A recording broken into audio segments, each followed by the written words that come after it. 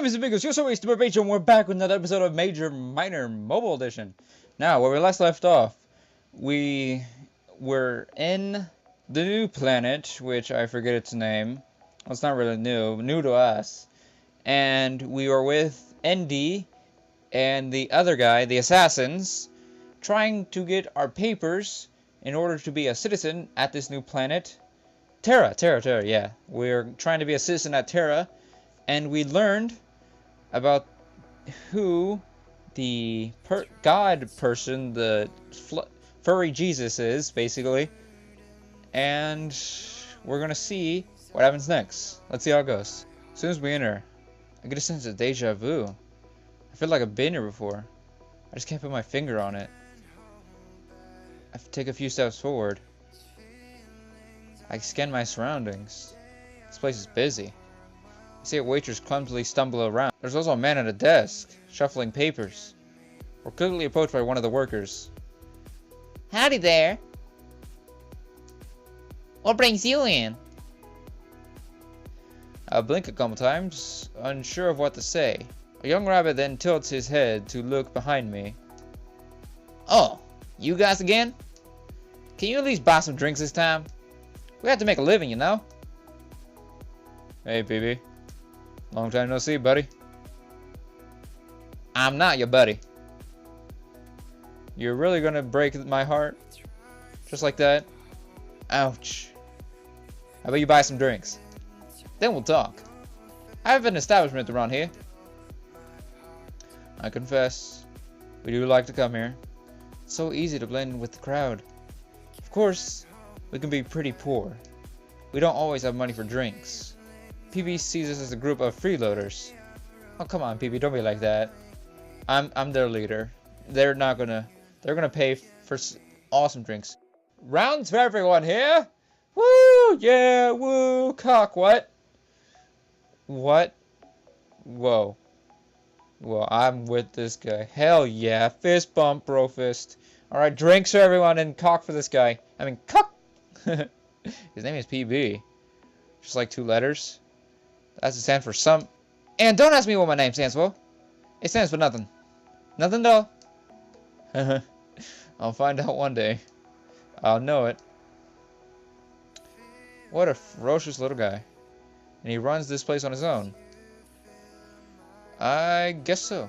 Hey, new guy. He stares me in the eyes. Stares into my soul. Seeing what he can venture forth into. Knowing what my secrets are. Or he just wants to bang me, whichever one. Much calmer gaze than Indy. Allow me to welcome you. This is the way from the tavern. My humble home and... I hate being formal. It's my bar, okay? I run this place. Is he gonna let to drink alcohol? What are the laws like on Terra? We opened about a decade ago. Since then, we exploded in popularity. But we're also the immigration office. Guess at a long journey, you need drinks. A man after my own heart. I'll kill you. Oh, this little hothead. I'm not little! Sheesh! PB, calm down. I mean, he wants cuck. You have to give him cuck. This guy begging for cuck. I mean, if he's not gonna buy drinks, he'll definitely probably pay for cuck. I mean, I heard rabbits produce very well, so. PB starts fuming. Looks like he's about to get violent. Before he can, someone steps in front of him. Whoever it is, they keep him in line immediately. Hey. Oh, hey, Fidget. What is it now? The other rabbit, or Fidget, shuffled nervously. I thought maybe it would be Mom. You get so excited at these new guests. You think she'll come back today? Dot dot dot. No, Fidget. Not today, brother. They're brothers. Yet they look like females. I'm sorry, they do. Oh, okay. Besides, it's ruder than true to like that. We're in the middle of a conversation. I said hey. Puts his hand out to shake mine, but he quickly blushes and pulls it away. Then he runs off. Interesting. Well, sorry about that. That's my brother, Fidget. He helps out as much as he can. His dream would be the best way to hear. Says he wants to make a mom proud. He says he's under the current married bride, Trish. He leans forward to whisper in my ear. But to be honest, they're both terrible. They should start to turn down free labor. He laughs before pulling back. Practice make perfect though, right? Follow me, the three of you. We need to sit down and have a chat. He starts to lead us towards the table. Chapter 3. The winds of change. Who the hell are you? God, you are muscular as hell. But still, who the hell are you? You scare me. Stop it. PB doesn't sit down with us. Instead, he hovers above the table looking down. Like a bartender? So first we need to talk about repairs. He slams his fist down on the table. This sound echoes through the tavern and people stare. Repairs? What are you talking about? Repairs for the damage you two caused. Tavern brawls aren't clean, you know. You two threw a poor guy across the room. You need to pay for the broken glassware. There's a huge dent in the wall too. He points across at the tavern. Sure enough, the wall is damaged. It looks rather fragile though. That wasn't us. Of course it was. I saw it happen with my own two eyes. His body caused the dent. Oh no. You're not talking the way out, are you? Not like the last 10 times. Your mind games won't work anymore, guys. They cause damage here often? I'm starting to question these two men. It's just something expected in our work. I don't care what you have to say. You're paying up. Now. But we don't have the money. How convenient. I really mean it. Well then I guess I'll add in on interest. The cost of the damages tripled. That's not fair, PB. Need to respect my house. He's got a point. He's got a point. We're on an important mission this time. We'll be compensated greatly. Please just give us more time. Aren't you always on an important mission? Well, yeah, but none have been as important as this. We've been hired by the king himself. That's so. It really is. PB then sits down across from the three of us. Alright, stop talking. Well, it's kind of confidential. Confidential as in non-existent? You're obviously just buying time. The king would never work with assassins. PB sharply inhales as if he's about to yell, but Indy quickly cuts him off. Is he scared? No, please. No need to call him here. Fine, you win. I'll tell you. But you have to promise you'll wait. Depends on how good your story is, I guess. A few moments pass and then Indy stares at me. Savior, feel free to wander while I explain. No need for you to hear all this again. Not much was true. There's no reason to stay. I feel like I've heard this a million times by now. I couldn't help but notice but PB's ears perk up. Especially at the moment the word is savior. I slowly stand up and start to walk away. I can hear a few key words before I'm out of earshot. He's definitely telling PB the same story he told me. I approach the center of the tavern with slight anxiety. All the eyes are upon me. Watching. Waiting. For the moment to strike. Mobile strike. Download and preview for this.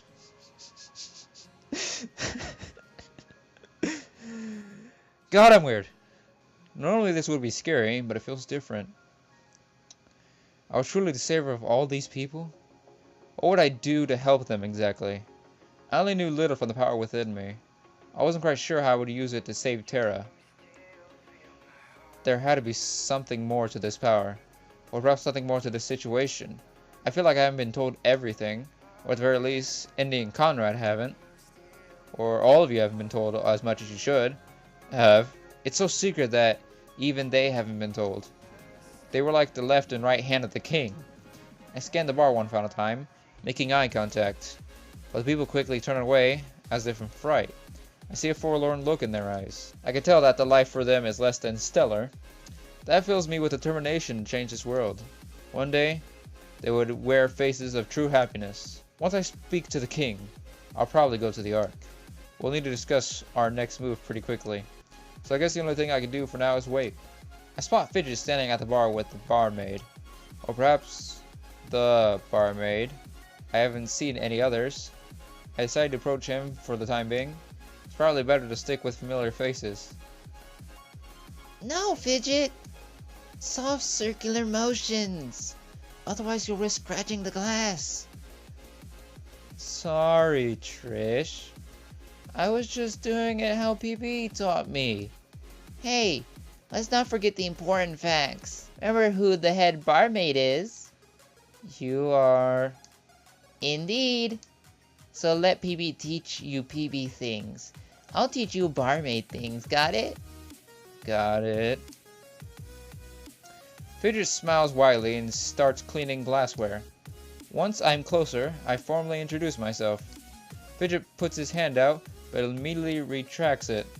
Did he have something against shaking hands? Trish looks at him, and then looks at me. She immediately puts her hand out to shake mine. Unfortunately, she forgot that she was holding a glass cup. It drops to the ground and shatters loudly. Apparently shaking my hand was more important to her. You guys are great baristas, I'll tell you that much.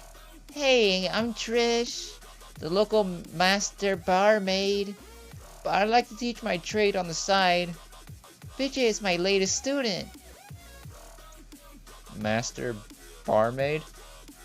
That was self-proclamation for sure. Something tells me this was going to end horribly. I have flashbacks of Rook teaching Jade his humor. She doesn't clean up the broken glass. Instead, she just takes a few steps to the side. Wow, I'm not sure how to take that. Guys, you guys are amazing. Are you hiring? I'm teaching Fidget to be the best. He wants to make his mom super proud. That is, when she comes back, I mean. I'm going to be the best barmaid ever. When Mom comes back, she won't recognize me. I think he means bartender. Barmaid is a female nomenclature. And what did he mean by comes back? Did PB and Fidget mother go somewhere? Trish reacts out and pets the top of his head. He perks and looks incredibly happy at this. They both have just forgotten about the broken glass. I'm pretty sure they never noticed in the first place. I hope she comes back soon. I've been waiting for a really long time. Trish lets out a nervous giggle and looks at me. She starts to take other glasses and starts cleaning up again. So what brings you here? I saw that you came with those two men. Most people say that they attract trouble. I laugh nervously as well, but for a different reason. I tell her that they're taking me to meet the king. That, and check their mail while filling my papers. Wow, you're really gonna meet King Vasquez? I'm so jealous. Can I come with you? I haven't seen him since I was a kid. Maybe he'll know where my mom is. Fidget, calm down. Don't be like that. It's rude to impose yourself onto others. You should apologize to Taylor. How do you know my name? How do you know my name? I never specifically said my name to any of you, besides assassins. How do you know my name? Do I have a camera somewhere on me? Do I have a mic? Am I being tracked? What the fuck? Oh, sorry. I just got a little excited. I thought he might know where Mom is. He's so old. He knows all sorts of things. I feel bad. If it weren't for Trish, I'd say yes. He seems really dedicated to finding his mother. Dedication is something you have to respect nowadays. If the situations were reversed, I'd have asked too. So, they're checking their mail? I see that involves chatting with PB. She tilts her head in the direction I came from. I see PB yelling and flashing his arms around. Looks like he's lecturing them pretty fiercely. He gets like that often. He flies off the handle so easily. But you learn to love it, I guess. Indy and Conrad proceed to wave me over. I cut the conversation with Trish and Fidget short, or I let them know that we'll continue it later. I had too many questions to just stand them up.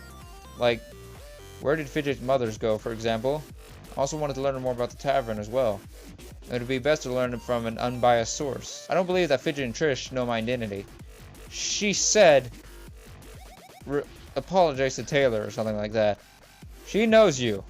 I don't know how, but she knows you. They treat me just like anyone else who came here. I couldn't say the same for Indy and Conrad. They are definitely biased in their service to the king. Yet I'm still unsure how this affects the situation. Sounds good. You know where to find us. Yeah, and the heaping pile of broken glass. And probably some blood, but I don't want to talk about that. I walk back towards Indy, Conrad, and PB. Right out of the corner of my eye, I see someone staring. They scope out my route and quickly intercept me, almost like they don't want me to get there. Normally I would have been surprised, but not today. I've consciously been bumping into people as of late. I stop my tracks so I don't come crashing into him. For a moment, I'm glad I did. This man is massive. He could probably rip me in two with his sheer strength. You. He looks down at me. Suddenly, I'm filled with fright. Your friends talk loud. They want to hide your role as a savior, but their volume contradicts this desire. His voice is very deep, and his accent is thick, like we expect from a band of tribesmen. Wherever he's from, he's not from around here. Tell them to keep their mouths shut. It could get them into very big trouble. Trouble that is otherwise easily avoided. He grips his axe as if to threaten me. What did I ever do to you? If a time like that comes, I will be there. I offer protection in exchange for money. That is, when I'm not babysitting PB. Him and his brother need constant watch, but I sell my service in the spare time. You'll know where to find me, Taylor. How do all of you know me? Am I like in a prophecy? Am I the one? I mean, I'm the savior, but am I like the true savior? Is my name on the scribes of hell? I don't... What? Why? So, he's the guardian of PB and Fidget? That's supposed to be who PB's starting to get involved earlier. If that was the case, I don't blame Indy's reaction. Oh. Sorry for not introducing myself. I feel a little out of place over here. That's better. You can call me Righty. I run the Mercenaries Guild here on Terra. He extends his arm to shake mine. I feel like he'll break my hand. I do so in turn. Yeah, he broke my hand. He has a grip that's more than firm. If he tried, he could easily break my hand. He already did. There's bones popping out everywhere. I'm bleeding. Send help. I know I'm here as a protector. My services are costly, but worthwhile. I'll guide people along their paths in life. I'm not sure I heard everything, but your path seems to be quite the Honduras one. So I'm sure you'll benefit from my help. You should keep your identity more secret. Indy and Conrad have been loud about it. It could attract a certain kind of person. Those who would hold you for ransom. Or do other unimaginable things. I can't be the only one who overheard. So you must assume that other people know. To that end, I have a proposition. Meet me in the wine cellar whenever you can. And do make sure to come alone, alright? We need to be away from some watchful eyes. Without another word, he walks off. I feel like if I try to go in there, he will crush me to death with his axe, or his hands, or just staring at me. His large steps shake the floor beneath me. My heart is beating like a drum. I don't think I've ever seen a man so imposing. I'm beginning to walk over to Indy, Conrad, and PB. But I'm still open to get interrupted again. I have a habit of bumping into random people lately. Oh, PB, hello. So I see you made Rowdy. Always eager to sell services. But at least he's able to make money. PB glares at Indy and Conrad. Hey, you said you'd be okay with waiting. Unless you just con the story out of us. And that wouldn't be cool at all, PB. Oh yeah, the savior. My guarantee for prompt renovations. Over the years, like this story's true. If I don't get my money like I promised, I'll get Righty involved here pretty quick. And he's not kind to those who cross me. Hey now, there's no need for that. We have no reason to lie. We mean it. I guess we'll see, won't we? PB trots off towards Trish and Fidget. I wouldn't be surprised if he yells at them next. Or if he accidentally steps into that broken glass carpet. Are they ever gonna clean that? So, that was Righty. We kind of almost worked with him. He was going to be the third assassin. But as you can tell, it didn't work out. He would be great for an assassin. Dear God. He could probably beat you in arm wrestling. And then rip Conrad in half. And then he'd crush me under his foot while doing it. He branched off to form his own unit. I guess you could say he's our rival. We fight against him more often than not. He steals a lot of our business. You know, with us having to kill someone, he sells his services to protect them. That's why I haven't killed anyone lately. That's because he's giving us different work. Kind of like the Plier scheme. And you, I'm not sure what Righty wants with you. He probably just sees a chance for money. I don't like those types of people. I'll bet that he wants you instead. Vasquez has promised lots of money. An amount that Righty could never deny. Beware of what he tells you. He lust for gold could mean subterfuge. He'll frighten you into feeling vulnerable. And that's when he'll give you his pitch. He's a great salesman, that's for sure. But Conrad and I, on the other hand, we have nothing to hide from you. If he wants to meet you, by all means. I have some mail to check in the meantime, as well as some immigration papers to file. I suppose I'll be seeing you later then. Goodbye. I don't have to use your voice for a while. Good thing, because it hurts my voice. I'll just be here twiddling my thumbs. I don't get to be involved in anything fun. I mean, not like checking mail is fun. You wanna come with me, Conrad? We can dance on the floor. Throw a little disco party to